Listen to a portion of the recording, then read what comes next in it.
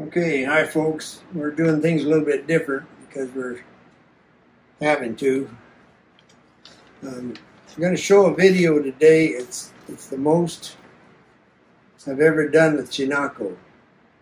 Meaning I've been riding him outside for quite a while now, doing little tiny things, weaving in and out of sagebrush and kind of getting him to understand what my leg's all about. But today's video is the most important one as far as I'm concerned so far in his lifetime. And I'm going to do an over voice on it, I think they call it. Voiceover. Excuse me. It's called a voiceover, according to the director. And then that, so that's the way this is going to work today. But first I got two things to take care of. And a man named, oh, by the way, we were going to have a fireside chat, but we decided to have a fan side chat because of the weather. 100 plus. Nothing new for anybody in the West. Okay. Joel wrote me and he asked me two questions. He said, you mentioned, I was talking about riding the video I'm about to do. I mentioned in it about, some other video I did in a Hackamore. I said, you mentioned you could do this with the Snaffle or the Hackamore. That's the sentence that I said. And he said, in your opinion, is the Hackamore better than the Snaffle? Well, that's up to you. The reason I said that you could do what I do in a Hackamore and a Snaffle, when I finished the sentence by saying it's just a matter of timing. So if you've got good timing, like the only person I saw that I thought was amazing was Ray Hunt in a Snaffle. If you've got that going on, then that's fine. But it's just a simple choice. For me, you already know I'm not going to use the Snaffle because I'm going the traditional Hackamore to the Spade because I want to. And genetically, I'm set up for it with the horse I have. But if you want to do this in a Snaffle, have at it. I just need my horse's brain to be more focused on my body instead of his mouth. That's one of the 17 reasons why I use the Hackamore, plus he's teething. So there you go. The second one is how long would you ride Chinako outside at this time? Meaning right now. Well, now I take him, I go for a 30-minute ride, or else I've been gone for a couple hours now. And I'm just showing him country. And I try to show him a little different country, a different direction. I'll invert a circle and go the other way the next day. But the video we're about to watch is what's known as the disciplined ride. In other words, I've been building up to what you're about to see. So anyway, Joel, I hope that answers your questions. And the thing that's looming out there for all of us is you've got to be true to yourself. When you're working with a horse, you've got to understand in your brain that you're there to teach. Okay? What's it going to take to teach? How long does it take? You got to be true to yourself. That's all I can say about that. People say, how long? Whatever. Well, I'm just going to show you what I do. And then, like everything else, go to clinics, audit, talk to your friends, watch the Google, whatever the hell you want to do. Then boil it down and decide what works for you. So I'm just going to share with you the reality of making Chinako the California Spade Bed horse. Thank you. Oh, wait a minute. I forgot about the res. Now, I'm not Billy Graham, but I also don't want to let this go. I'm about to share some public knowledge with you. And I've been talking for 2 years about the water shortage on the reservation for the Navajo people. And it's the elders and the grannies out there that don't have any water. And I've mentioned going up to the lake on the Colorado and just dropping a pump in and taking the water because you never got to negotiate for it when it was negotiated for. You were left out. That was wrong. So as it turns out, if you happen to go up there and drop a pump in the lake, if you look across the lake, you're going to see some guys over there looking back at you, and evidently the people in St. George, Utah, who have gone public, so I'm not ratting them out, they want to make a pipeline from the exact same place you do, but on the opposite shore, and haul water to St. George, Utah. Any of us that have been through St. George, Utah in the last 20 years have watched it change. Remember, it's the same thing that happened in Mesquite. Doesn't matter. So they want to pipe water because they feel like they've got it coming. Okay? They have 12 golf courses that needed to be watered and taken care of because they're building a whole lot of really nice homes that are $1 million plus, and there's a whole lot of people moving there to St. George, Utah. The distance of the pipeline for them, if I'm doing my math right, is about twice as far as what the folks on the Navajo Res need. So if they can pull it off and you don't, then shame on you, because it's all there. Anyway, good luck with it, and understand that it's going to happen, and water's going to get tougher to fight over, so you need to get going. Good luck, and that's it.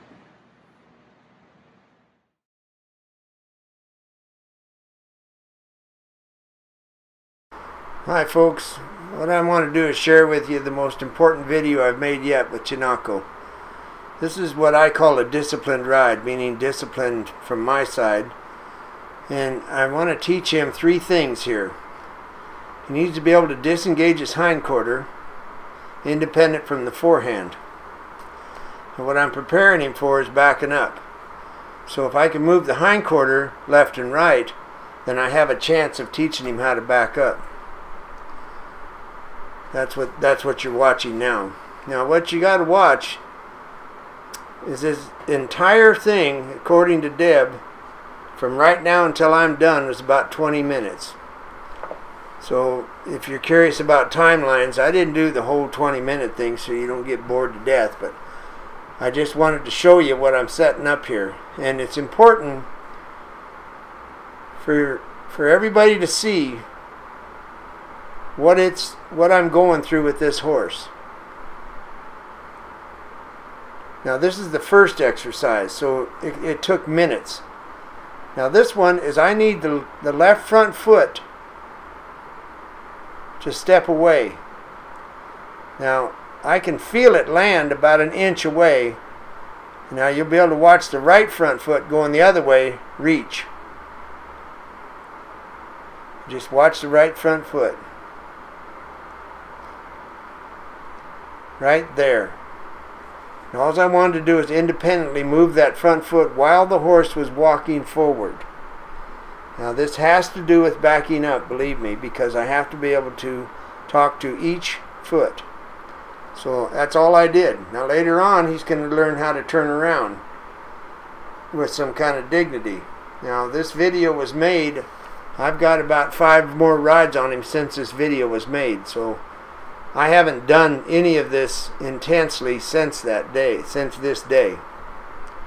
So what you're going to watch is that the real deal. Now the height of my hands are important because I move the height of my hands according to what the position of the horse's skull is in. And I'm giving back because this whole concept of what I do, no matter what you're watching, is the concept of release.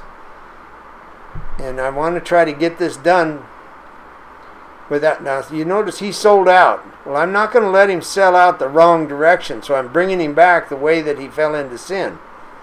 So that puts him back, and if I'd have kept spinning to the left, I would have encouraged what he did wrong. So now that's over, and I'll put him back. Now please bear in mind that I'm sharing this with you because it's important that you see it. And I stop, and I breathe, and I exhale, and I release. And I tell him, partner, this is all you need to do. And I keep saying that through my body over and over and over. And he has to make a decision. Yes, I'm buying this, or there's no way I'm buying this. And you got to understand, from my point of view, it's irrelevant to me. I know he's going to fall apart because I've told you before, the last thing I put on a colt when I'm starting their foundation is backing up. And this colt, you can tell he gets upset. And if I'd have started off the very first ride teaching him to back up, I would have ruined him for life as far as I'm concerned. Now he's been ridden enough where he needs to get over himself and listen to me. I've been speaking to him, weaving in and out of the sagebrush for a couple months now. And now, today is the day. And I have pushed him to the learning curve. And all I got to do is come out the other side. Now, it's important that you see this as far as I'm concerned, because I already told you, I want you to see the whole thing. This process from birth to the bridle.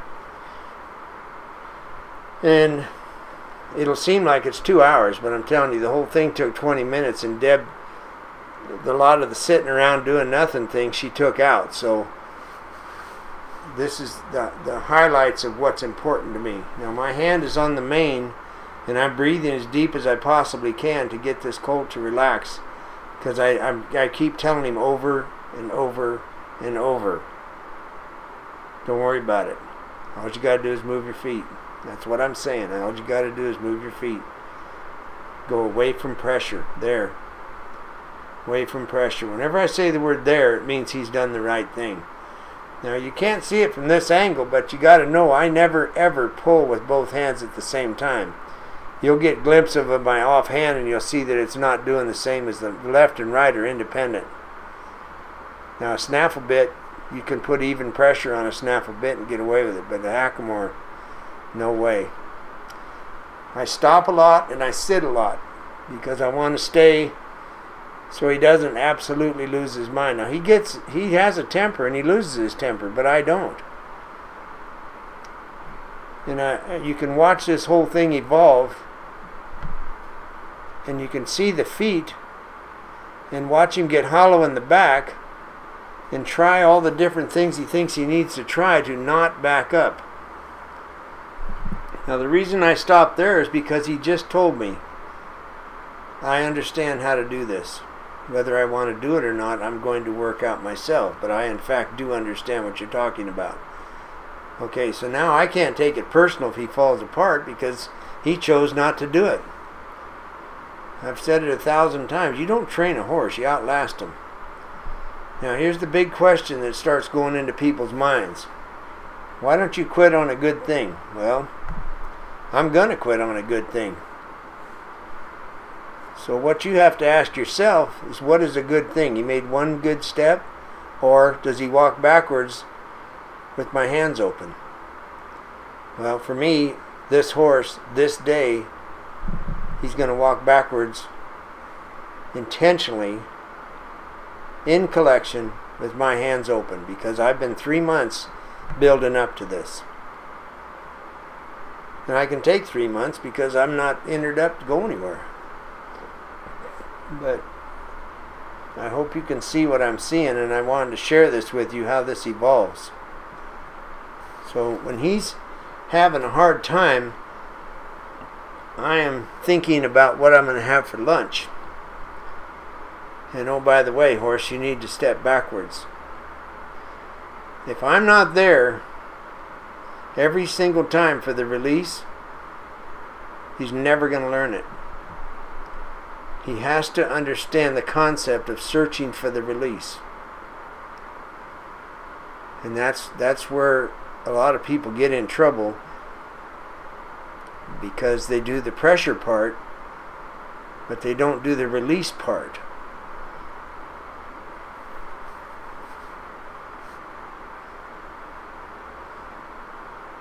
And if you'll notice, now he's picking going underneath the hackamore. And all I do is elevate my hands. And I'm explaining to him once again, if you watch me put my hand on his neck, all I'm doing is breathing and trying to let him know 1,000 times, partner, you're okay. You don't have to get mad. You don't have to throw a fit. All you have to do is walk backwards. It's very simple. And this is the evolution of this coming about. Now, there he's stuck. If you'll notice, when his front feet are farther out, then he's hammocked out. In other words, his spine is dropped, he's braced up, and he doesn't want to move his feet. Well, that's one of the 7 reasons why I individually asked for each front foot earlier, so that he knows that I know that he knows that I know. And now I'm doing is just connecting the dots. That's basically it.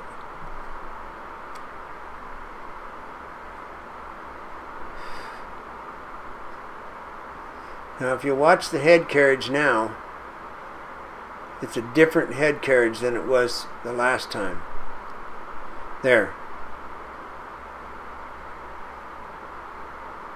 So he's searching. Now remember, he's got 4 corners that can fall into sin, not to mention the fact of his from the withers out. There's a lot of things that he can choose to do to avoid walking backwards. And something I've always talked about is how the best part of training is when you're sitting still. This is a really good example of it. Now watch my knee. I'm just tightening up my quad muscle between my knee and my thigh, and that's how I take my legs off a horse. That happens every single time I walk backwards. I'm tightening those muscles to get my legs away from the horse. There's 100 ways to teach a horse to back up. I want my legs away from the horse so that if he gets crooked, I can help him by having my leg on. If both legs are off, when one comes on, it means something to the horse. That's why I disengaged the hindquarter earlier. Now I'm looking up. There was a change. He intentionally stepped backwards on his own accord. So we're gaining on the fact of him settling. He's not resentful. He's made up his mind. And watch him go from hollow to collection. He'll start to get under himself. That's why I talked about the other day about a horse balancing under you. There. There. That's what I was headed for. Now he knows it, and I know it, and he knows it's over. Thank you.